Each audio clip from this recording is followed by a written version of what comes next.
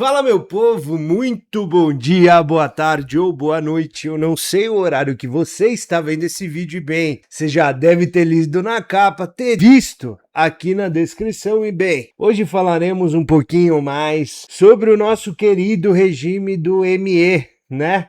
Microempreendedor. Parecido com o MEI, mas uma faixa a mais te dando mais liberdade e mais dores de cabeça. Bora comigo? O ME é um regime tributário, ele é dividido em 5 modalidades diferentes, né? O tema que eu vou mais abordar nesse vídeo, eu vou falar mais sobre o comércio, né? Que é de fato a minha maior experiência, os outros eu posso até anexar aqui a tabela para vocês. Infelizmente eu não tenho ali um vínculo tão grande com estas outras áreas. O que eu entendo de fato é de comércio e serviço, né? Essas duas abas a gente tem aqui como destrinchar melhor. As outras eu teria o mesmo conhecimento que você consegue adquirir procurando no tio Google ou perguntando para uma agente de IA. E olha, vamos lá. Para a área de comércio você possui 6 faixas diferentes. Galera, é coisa pra caramba. Começando a sua alíquota em 4% e indo até 19%. O que vai acontecer? Dentro dessas 6 faixas, você tem um teto de faturamento anual. Lembra que eu falei para vocês no outro vídeo sobre o teto de faturamento do MEI? Também existe um teto de faturamento para quem opta pelo regime tributário da ME, tá? Então, dentro dessas 6 faixas, deixa eu olhar na minha colinha, a primeira faixa é até 180 mil, você vai permanecer com 4%. Até 360 mil, no ano, tá? Esses valores que eu estou falando são no ano. Sua alíquota vai para 7,3, até 720 mil no ano vai para 9,5. A quarta faixa vai até 1.800.000 com a tarifa de 10,7%, a tarifa tributária. A quinta faixa vai até 3.600.000 com 14,3% de alíquota e a sexta faixa são até 4.800.000, já atingindo o teto de 19%. Em grande parte dos casos, você não consegue chegar até a quinta faixa. Sabe por que você não consegue chegar até a quinta faixa? Porque chega num momento que se torna inviável de você permanecer no simples, que você está perdendo dinheiro ao invés de fazer um planejamento tributário e ir, de fato, ali para o lucro presumido, dependendo da tua área. Lucro presumido hoje é mais interessante para quem é da área de serviço e o lucro real seria ali, de fato, para quem é comerciante, né? Lembrando, esses valores de alíquota, que eu vou deixar uma tabelinha aqui para vocês darem uma olhada aí, em vez de eu só ficar falando aqui e tudo mais, esses valores, eles são descontados em cima do faturamento anual, mas não é congelado de um ano, são dos últimos 12 meses.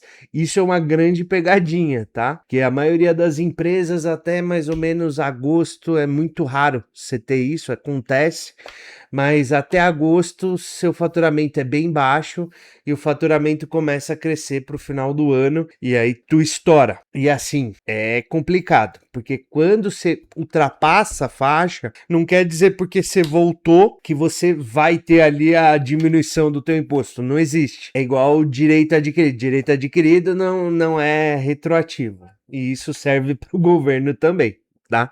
Então, por exemplo, se no primeiro ano, vamos supor aqui um exemplo que acontece demais, sei lá, no primeiro ano você teve um faturamento de 1.800.000, tá, a conta ficar bonita, 1.800.000, teu imposto vai ser em cima, vai ser 10,7, tá? Então, vezes 0,107, você vai ter pago 192.000 1.600 durante um ano, né, de impostos. Então, coisa pra caramba, é um apartamento, né? Isso que você pagou de imposto, esse valor você pagou de imposto. Então, vamos supor que você tenha pago esse valor aqui de imposto. Agora, vamos anotar aqui, que senão a gente perde aqui na 192.600. Agora, vamos supor que no ano consecutivo, você faturou 700 mil, porque naquele ano você teve um produto que deu para você fazer uma promoção e esse produto aumentou, e aí você teve que diminuir suas vendas, né? Porque você teve que aumentar o preço. Então, são 700 mil. Pô, 700 mil,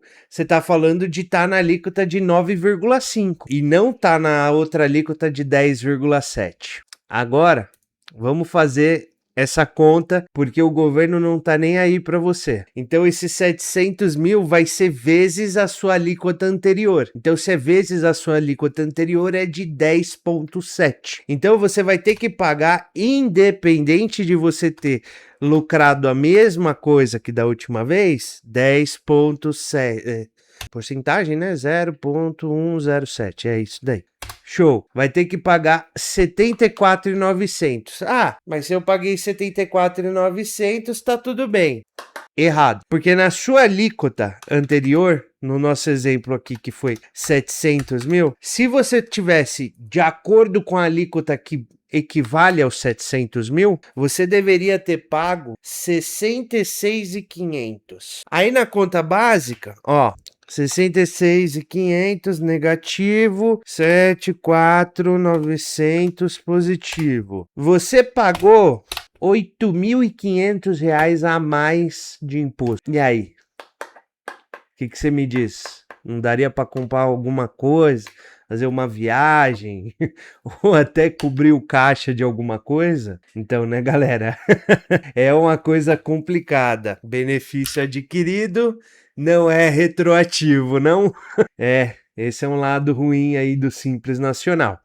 Mas é por isso que muitas das vezes a gente até conversa, né? Já cheguei a fazer algumas consultorias. E quando as pessoas elas estão de fato ali atingindo a quarta, quinta faixa, a partir do momento que você identifica que a sua empresa, né? Ela tem todos os requisitos para alterar a situação tributária dela, a gente sempre recomenda que você já comece a fazer o planejamento tributário, porque ir para presumido ou real, você só pode ir em janeiro.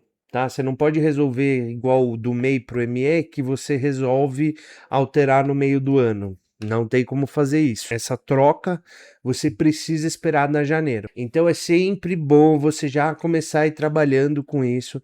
Uma das coisas que você precisa começar a levantar, principalmente agora, com a questão do split payment, que eu já falei para vocês. Vocês já precisam ficar atentos com nota fiscal de entrada, nota fiscal de saída, já começar a se estruturar empresarialmente para deixar de ser amador e começar a ser profissional com o que você está fazendo. Infelizmente, daqui a alguns anos, muitas maracutaias que se faziam até então não podem mais ser executadas. Então, vocês precisam tomar muito cuidado. Deixa de ouvir esses advogados que falam assim, pô, você quer lavar dinheiro? Eu não falaria para você abrir um estacionamento. Galera, isso infelizmente não vai mais existir. Projeto novo de lei, você tá lascado. Mas olha, pensando pelo lado assim, eu não recomendaria você, tá? Eu não faria, desenhando uma situação hipotética, deixando no disclaimer. Eu pensaria em trabalhar com criptomoeda. Acho que a coisa mais coerente ali de todas essas loucuras aí que o pessoal joga na internet. Agora que a gente já falou um pouquinho mais sobre o ME, você já tem noção aí mais ou menos das faixas de custo dele, né? Já consegue ali mais ou menos se projetar. O ME nada mais é do que um método tributário que ele é um tipo MEI Plus, sabe? Que ele te dá alguns benefícios a mais. E é bem bacana.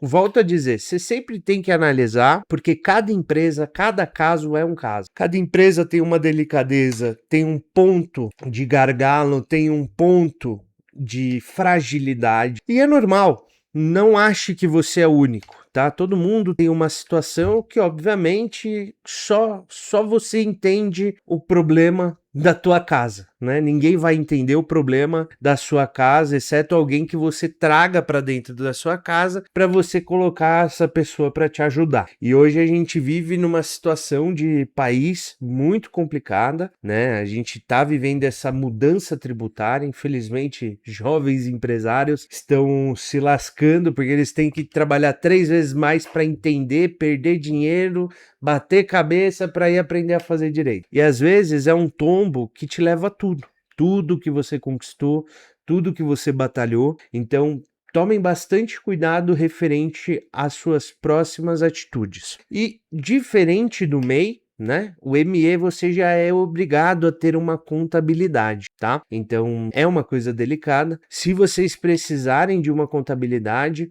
me deixem aí um oi e tudo mais, que a gente tem aqui uma equipe de contadores muito bacanas. Eu mando vocês para eles, que eles são filé, cuidam bastante aqui, cuidam de todas as empresas. Isso é muito legal. Indo para próxima situação que ocorre quando você está dentro do ME, de alguns benefícios, né, que a gente pode dizer ainda que são benefícios, né? Um dos maiores benefícios do ME, em um contexto geral dentro do ME, elas são menores devido também à questão de faturamento ser inferior. No entanto, essa fiscalização ela ainda existe, então você sempre tem que estar de acordo com todas as suas atribuições, tá? Então, tenha um contador, que esse contador ele vai te encaminhar tudo certinho. Se alinhe, veja se você tem a capacidade de segurar tudo sozinho, dependendo do que você for. Acredito que a essa altura você já precisa, né? Eu sempre recomendo para quem está iniciando, independente do tamanho, né? Que já comece hoje, que a gente já tem sistemas de ERP muito bacanas, a gente já tem aí alguns sistemas que eles são bem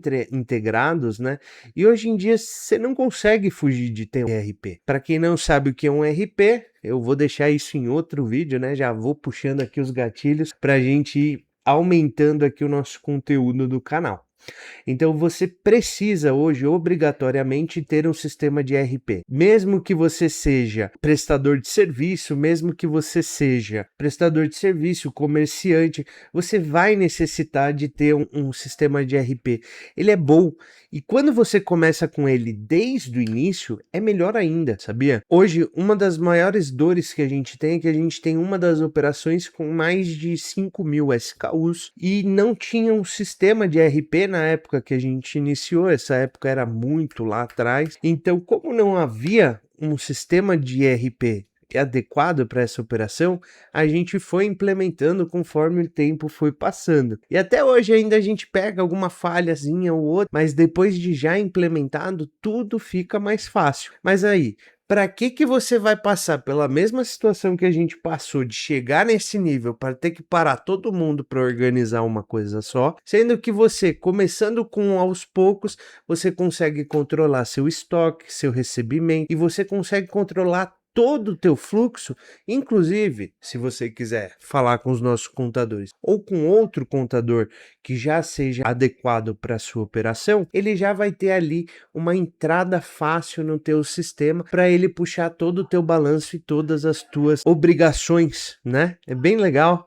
Ele é um sistema, ele mostra toda de entrada. A gente tem um que a gente trabalha bastante. Esse sistema é assim, para quando você está iniciando, ele é bem barato, é bem fácil, tem PDV, é bem legal se você, por exemplo, tiver prestar serviço ou você tiver uma loja, se quiser colocar um ponto de venda, vai ser bem bacana. Você olha do celular, você olha do computador, você tem toda a integração em nuvem, tu pode mexer de onde você quiser. É muito massa. É um sistema aprovado. E sem falar que ele já consegue fazer também integrações com marketplace, que hoje em dia grande parte das pessoas não ficam mais sem vender no online. É muito raro você ver alguém, algum empresário, alguma empresa que tem ali a tua operação e não tem a operação dentro de um marketplace, seja Mercado Livre, Amazon, enfim, diversos marketplaces aí que tem hoje em dia para diversos nichos. Então, bem, então é isso. Eu Vou ficando por aqui. Se o conteúdo foi agregador aí para vocês, deixa o gostei, aperta para se inscrever. Se tiverem qualquer dúvida, manda aqui nos comentários, mas mandem dúvidas coerentes. Gosto bastante de conversar com vocês. Vou ficando por aqui, até a próxima. Valeu!